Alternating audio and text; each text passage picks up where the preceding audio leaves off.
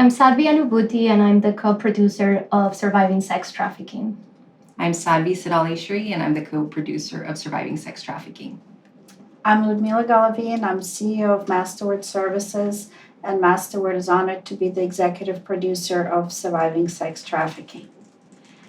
So, ladies, tell me, where did the idea about the movie come from? How did this happen? So, Surviving Sex Trafficking is our second film, and we learned after producing our first film, Stopping Traffic, that we needed to dive deeper into the stories of survivors and examine their journey of healing post-trafficking.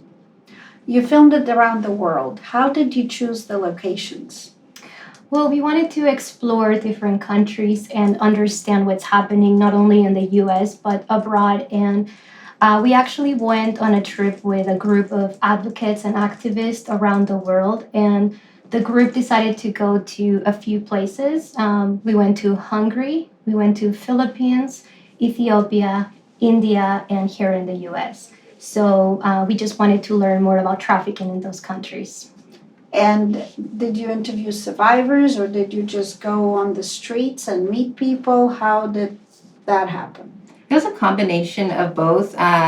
Before we traveled, we reached out to shelters and spoke with the directors, letting them know our pure intention for the film. And so when we went to the country, not only did we visit the shelter, we met with survivors, we taught them yoga and meditation classes, and we heard their stories, of course. And then we also spent some time, depending on the country and situation, also on the streets and seeing trafficking happen firsthand. Mm-hmm. So it was your first time in a way of a global tour on the ground, experiencing sex trafficking firsthand and talking to survivors firsthand globally. Were you impacted personally during this trip? Absolutely. We for the first film, the first project, we did go to a few other countries. But for this trip, it was a little bit more unique in the sense that we were able to speak more with the survivors and learn more about their stories and why they end up in such situations of trafficking. So absolutely, it's quite devastating to find out that people are being enslaved in these countries and the why. And every country is different. So, for example, in Ethiopia, we found out that it's the poverty level. It's like so extreme that a lot of women get trafficked because of they have to survive somehow, and that is kind of like their means to survive in the world. And the things that they have to go through, the situations, the violence that they go through, it's quite painful. But every place is different. You also filmed in the US. Mm-hmm. Do the survivors in the US and do the survivors in Ethiopia and India, do they have something in common, or is it different in every country? It's different in every country. The vulnerability, why they went into it, were they groomed, were they recruited, from through a boyfriend pimp? Was it their situation? Were they kidnapped? Like in one case, a survivor we featured in our film. But the common denominator that they all experience is pain. No one ever wants to go through that kind of experience, and also the deep desire to get out, but then they don't know how. So sometimes it might take a terrible situation. Sometimes it takes someone reaching out to help them. You just never know. So I'd say common denominators, pain and the wish to get out because it's too much. So we all can think that all this happens somewhere else. How much does it happen here in our backyard? It's so often here in Houston, Miami, Los Angeles, everywhere, even in the countryside, you will find some form of human trafficking, whether it's labor trafficking, sex trafficking, forced prostitution. It happens everywhere. And the scary part is it's happening in your neighbors' homes potentially. It's really in our neighborhoods. And they're so discreet. They're so smart about it. They're so cunning. They know how to hide things. So it's not only in massage parlors or at the brothels or the Super Bowl. It's happening daily. People coming in and out of neighbors' homes, and they're selling their children, or they're selling girls or boys that they've picked up or kidnapped. That's why it's so important to raise awareness So this way people can keep their eyes open. So does it only happen to a certain demographic? Or, is it foreign people? Is it quote unquote kidnap people? Or how do you see it happening here in our backyard? Does it affect all of us, all demographics? What do you see? It happens all across, and that is the problem, is that we think that there is a certain profile of a trafficker or a profile of a victim, and that's not the case. It can definitely affect anybody from any social economic group. It can happen in any ethnic group.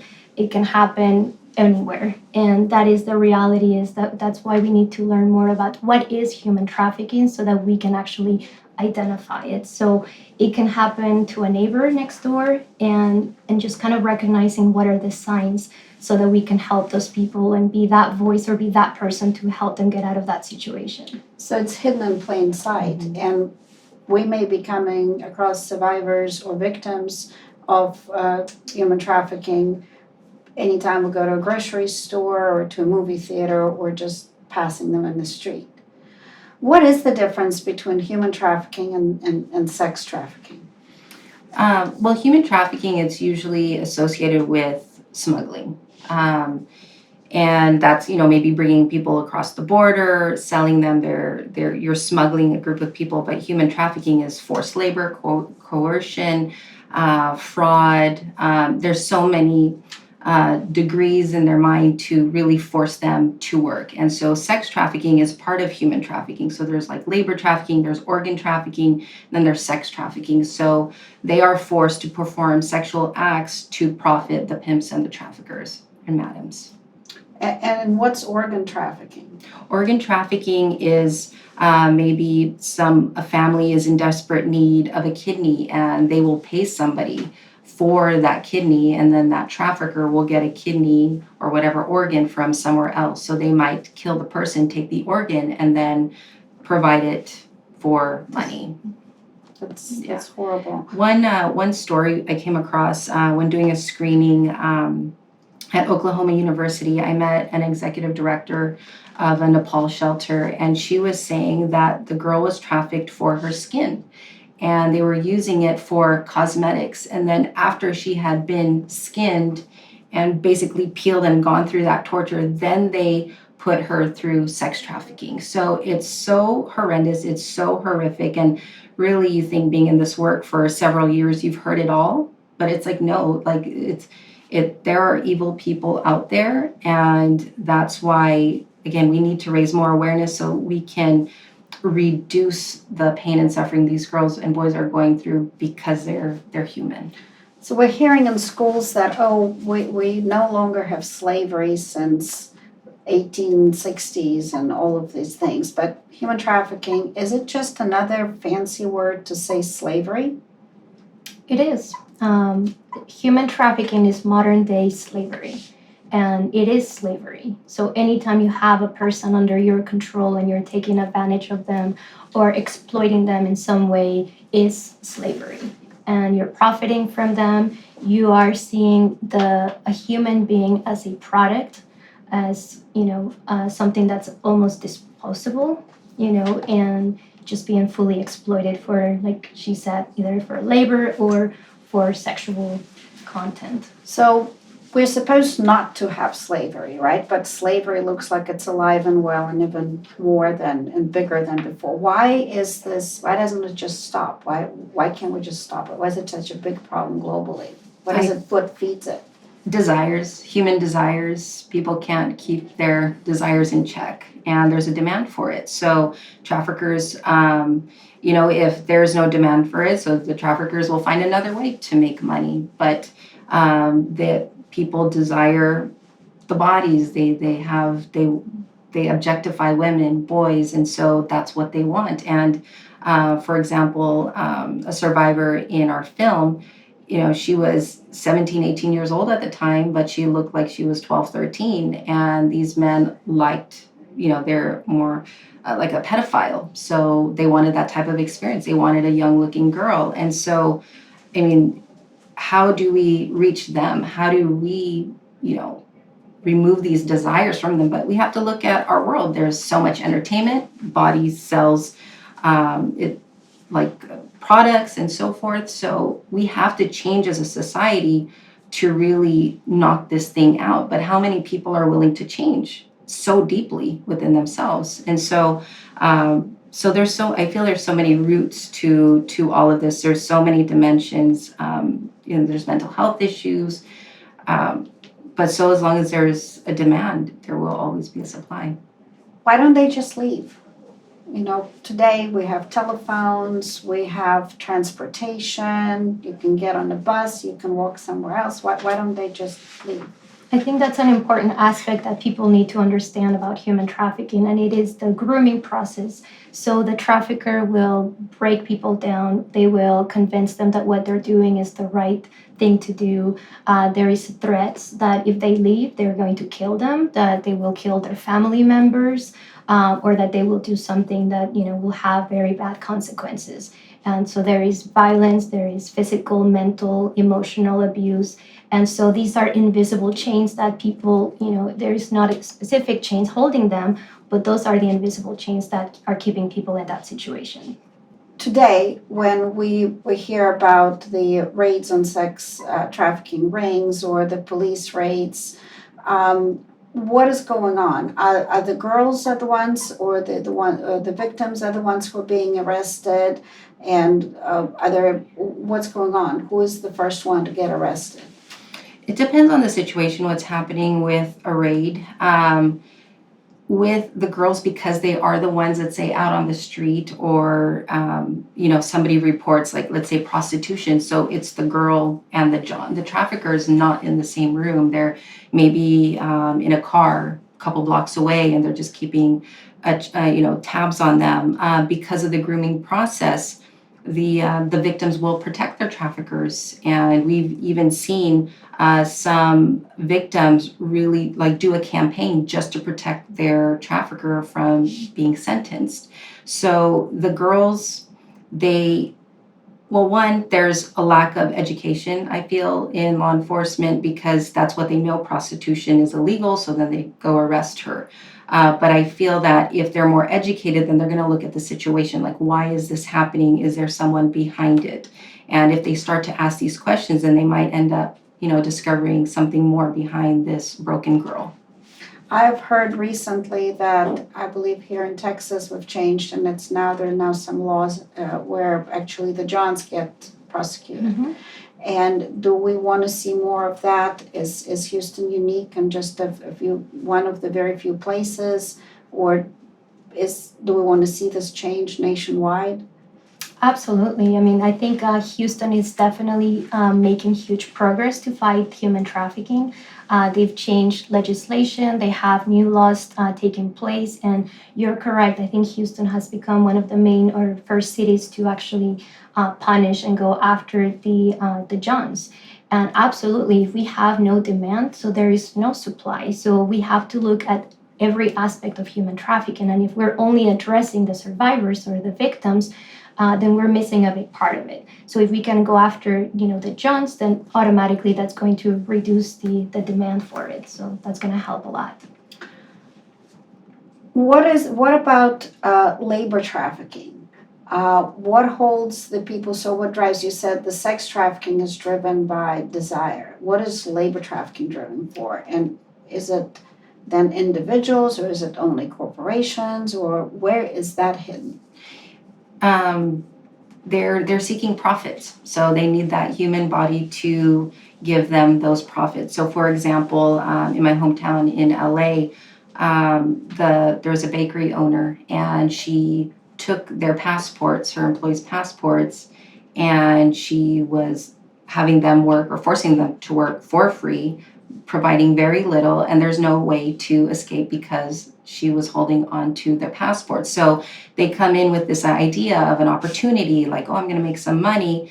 But then the business owner, they take the passports and they can't leave. They can't do anything. And until somebody reported it or they found their way, then they were able to escape. And, the bakery owner was prosecuted. So Everything's driven for money. These traffickers, whether it's in for labor, for organ trafficking, or sex trafficking, the traffickers just want money. They want money, money, money, and so they will find whatever way. If it's not sex trafficking, if it's not something else, they're unfortunately very creative, and they will find their way to make money. So unfortunately, they're using human bodies for that. So why watch the movie? Why would you tell people who listen to this right now, why watch the movie? So, our goal with this film is for people to learn more about the survivors. People don't realize that very, very few people actually survive human trafficking, and specifically sex trafficking. It is said that only 1% of the victims come back home to tell their story. And we want to highlight those few stories so this way people understand. People think it's okay, they survived human trafficking and they've been rescued, and that's great. Now they have their freedom, but that's not the case. Their journey has just begun. Now they've removed those chains, but now they have to work on all the trauma that they're carrying, they're holding on to, all the pain that they experienced. So it's a lot that they have to go through post trafficking. So we want to highlight those stories. We want to share what they've gone through for people to understand and to realize how much help these beautiful souls need. And if we don't come together as a society, who's going to help them? Who's going to be there for them? So we want people to get inspired by them. And they are amazing people.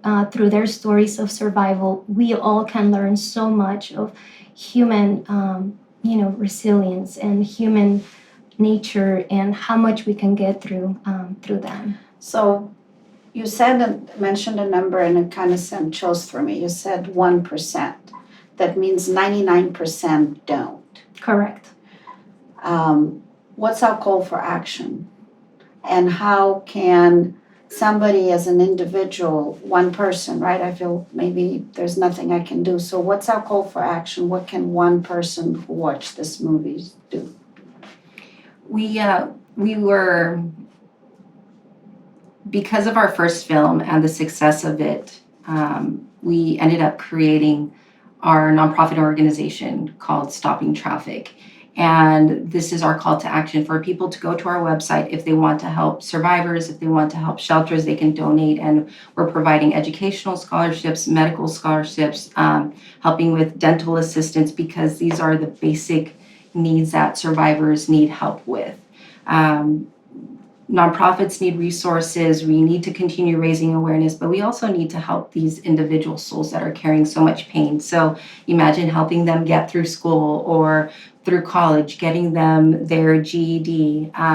For example, a girl in the film, the survivor, she was punched in the face while working on the streets, and we were able to fundraise to help her get a new set of teeth so this way she can smile, and because of that she's so much more confident. So we can all help in many ways. Everybody has different skill sets, and that's why we're so grateful to MasterWord coming on as an executive producer to our film, being a partner, because what's MasterWord, right? You provide translation services, and you're helping by providing subtitles in so many languages. So this way we can raise awareness not only in the United States, but around the world. And this is where we need to reach these countries, because they're not aware, or it's so taboo that they don't talk about it. But everybody watches the TV, everybody goes to the theater, everybody can go to Netflix or some kind of online platform to educate themselves. And we're so grateful to MasterWord for contributing all of this to help us raise awareness, and we're doing this together. Well, thank you. So what I'm hearing, raise awareness, and what I'm hearing, get involved by going to your website and contributing to the nonprofit that then in turn helps the survivors in so many different ways. And can people also learn on your website about how to identify the signs of human trafficking? How do I figure it out? Or where do you go to find out? What are the signs? What am I missing? Sure, there's so many organizations out there, but our website is stoppingtraffic.org and we provide basic information. But there's so many nonprofits out there that provide resources and even flyers that you can print out and post everywhere. The main thing is if you can research even a nonprofit to volunteer at, to get involved with, because there's all these organizations need your help. So maybe someone's a graphic designer, maybe somebody's into video, maybe somebody is a doctor and they want to donate their services. So connecting with their local nonprofit is very, very important. So what is again the website and the name of the movie? So the movie is Surviving Sex Trafficking and the nonprofit's name is Stopping Traffic. So for more information, you can visit stoppingtraffic.org or survivingsextraffickingfilm.com. And on behalf of our viewers and on behalf of our team, I want to thank you for the many years of work and for everything you've done to help the survivors and raise awareness. Thank you, Mila. Thank you, Mila. We're so grateful to you and your entire team. Thank you so much. Thank you for being here today. And I do want to add, I know this is maybe can be filled in, but Mila, we definitely appreciate you for being the first person to come on board for our Surviving Sex Trafficking film. I remember we were presenting the idea to a group in Houston, and you were the first person to step up and believe in us. And we know that this cause is very close to your heart and you're involved in several nonprofits and you're always on the go. You have your amazing work that you're already doing with MasterWord services, but then you have your big heart that's so dedicated to this cause. And I know, you doing presentations all over the world and you're raising awareness and helping so many. So on behalf of the rest of the world, thank you so much. Thank you, ladies. Thank you. Thank you.